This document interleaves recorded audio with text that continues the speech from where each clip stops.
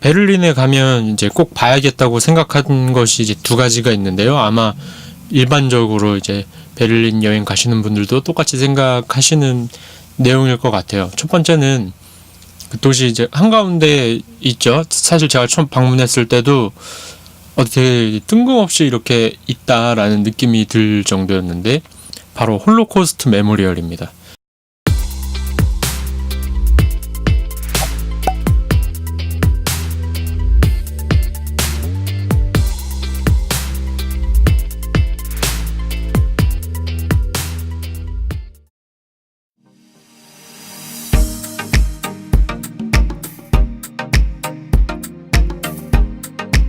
이것은 이제 나치 학살로 인해서 희생당했던 수많은 유대인들을 기리기 위해서 2005년도에 이제 세워진 건축물이라고 해요. 이제 이렇게 좀 멀리서 보면 돌기둥 같은 것들이 많이 서 있잖아요.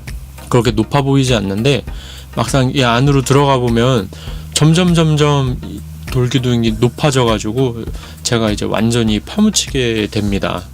나중에 찾아보니까 이제 건축가가 어떤 그런 의도로 지었다고 해요. 이런 전 세계적인 하나의 어떤 비극이 그냥 바깥에서 이렇게 보면은 뭐 그냥 사실은 나와는 조금 독립돼 있는 그런 저런 일이 있었구나 뭐 이 정도만 느끼게 된다면 점점 그 안으로 들어가면 들어갈수록 돌기둥들이 높아지고 내가 그 안에 이제 갇히는 어떤 그런 느낌을 주면서 당시에 유대인들이 받았던 그런 억압의 감정을 조금이라도 재생해보고자 하는 그런 의도가 담겨 있다고 해요. 저 같은 여행객은 그런 정말 깊은 의도까지 그렇게 다 헤아리면서 볼 수는 없었지만 베를린에서 비가 조금씩 이제 내리는 가운데 홀로코스트 메모리얼 방문했던 기억이 나고요. 두 번째는 이제 아무래도 베를린 장벽이죠. 많은 분들이 아시겠지만 동독과 서독을 분단하는 지난화에도 처음에 이 장벽의 어떤 한 일부분 조각이 서 있는 것으로 아마 여행기를 시작했던 걸로 제가 기억하는데 그 베를린의 어느 한 구역을 가면은 이렇게 그 장벽에 어떤 아트를 할 수 있게끔 꾸며놓은 곳이 쭉 있어요. 이제 꽤 긴 구간 동안 사람들이 작품을 이렇게 그릴 수 있도록 되어 있는 그렇게 조성되어 있는 곳이 있어서 여기 이렇게 쭉 걸어가면서 한번 살펴보면 좀 재미있는 그리고 또 한편으로 의미 있는 작품들을 많이 만나볼 수가 있습니다. 대부분이 이제 팝아트로 되어 있는데 제가 여기를 이렇게 쭉 지나가면서 굉장히 재밌다고 생각했거든요. 그런데 이제 한 바퀴 돌아서 그 반대쪽으로 가면은 또 조금 이제 색다른 전시들도 있더라고요. 그래서 특히 이제 과거의 어떤 분단의 그런 아픔들에 대해서 시사하는 바가 있는 작품들뿐만 아니라 현재에도 이제 세계 곳곳에는 여러 가지 어려움들이 있잖아요. 그런 것들을 조금 알려주려고 노력하는 그런 게시물들도 볼 수 있어서 인상 깊었습니다. 사실은 짧게 소개했는데 이 두 가지가 이제 제가 베를린에서 도착하면서 원래 보려고 했던 이제 가장 큰 두 가지 기념물, 혹은 장소 이런 것들이고요. 물론 시청과 광장을 먼저 살펴보기는 했지만요. 그런데 이제 또 여행을 하다 보면은 제가 보려고 했던 것들 이상의 것들을 주변에서 발견하잖아요. 잠깐만 소개를 하고 넘어갈게요.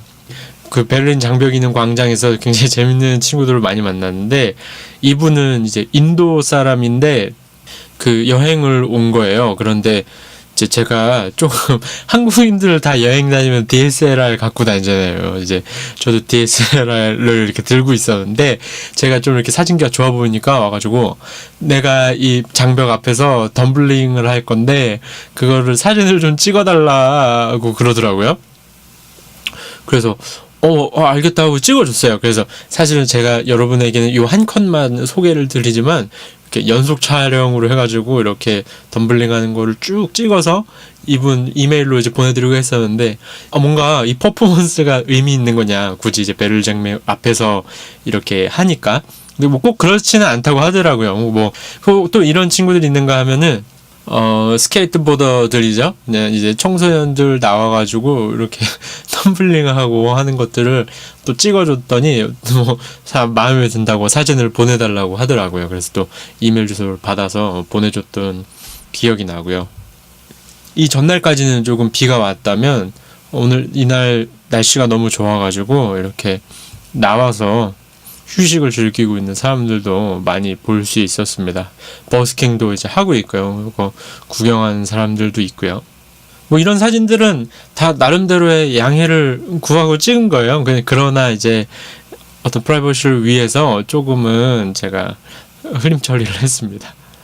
베를린 장벽이 있는 곳 말고도 독일 분단에 관련된 그런 내용들은 이곳 저곳 되게 박물관이나 기념관이 많아요. 그래서 특히 이제 베를린 장벽이라는 어떤 소재를 가지고서도 또 어떤 식으로도 또 저 전시를 하느냐, 이렇게 아까처럼 아트로 좀 재미있게 표현하고자 한 부분들도 있는가 하면 아주 진지하고 좀 무거운 분위기의 박물관들도 있는데, 지금 제가 이제 보여드리는 이 터도 그 장벽에 지금 벽 자체는 남아있지 않지만 장벽에 그 뭐라 그러죠? 콘크리트 안에 철근이 들어 있었던 그런 것들을 이제 남겨가지고 좀 이 바로 가까이에 이제 박물관이 또 있는데, 이런 전시물들은 그래피티 같은 거랑은 사뭇 다른 어떤 무게감을 우리에게 좀 전해주는 것 같아요.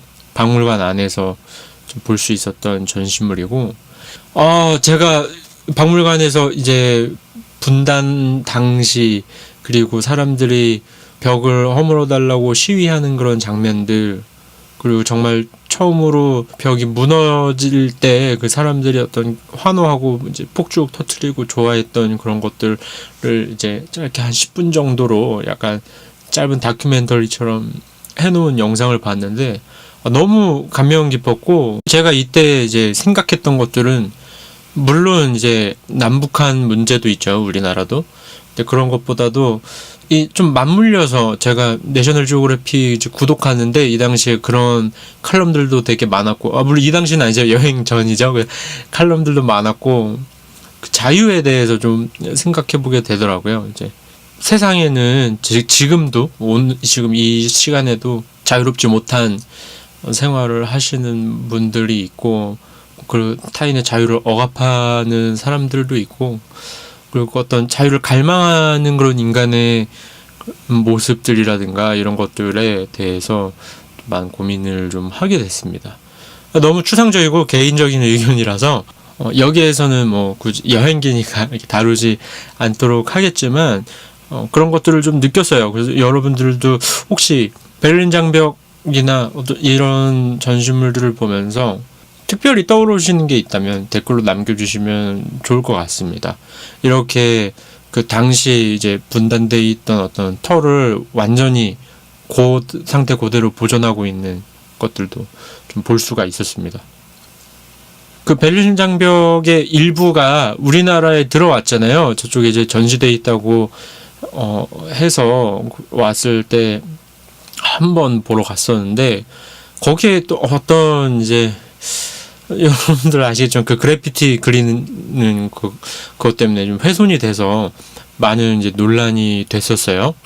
뭐 예술이라고 하면 바라보는 시각이 다양할 수 있지만, 사실은 이제 독일의 현장에 가도 아까처럼 뭐 이렇게 그림을 그려놓고 최대한 뭔가 좀 재미있게 표현하려고 하는 그런 것들이 없진 않아요. 없진 않지만 그런 것들이 있는가 하면 이렇게 있는 그들의 모습을 보존해놓고, 혹은 이제 더 어떤 그런 의미를 해석해서 이렇게 표현하고 있는 그런 진지한 면들도 분명히 있다는 거죠. 그래서 여기서도 또 제가 생각해 보게 됩니다. 과연 그 자유, 예술에서는 흔히 이제 표현의 자유라고 또 많이 하잖아요. 그러니까 정말 자유라고 하는 개념이 흑과 백으로 뭐 플러스 마이너스로 인간에게 제시되기가 참 어렵다라는 생각도 잠깐 해보게 됐습니다.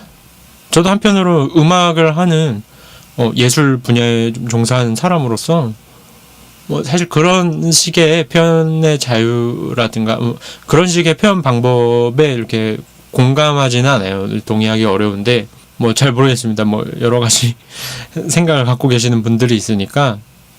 그런데 이제 제가 베를린에 가서 이제 살펴봤던 그런 모습들은 다양성을 추구하면서도 그러나 또 본질적인 것들을 흘리지 않으려고 노력하는 모습들이 있었다는 것들을 좀 소개해드리고 이제 지나가고 싶네요.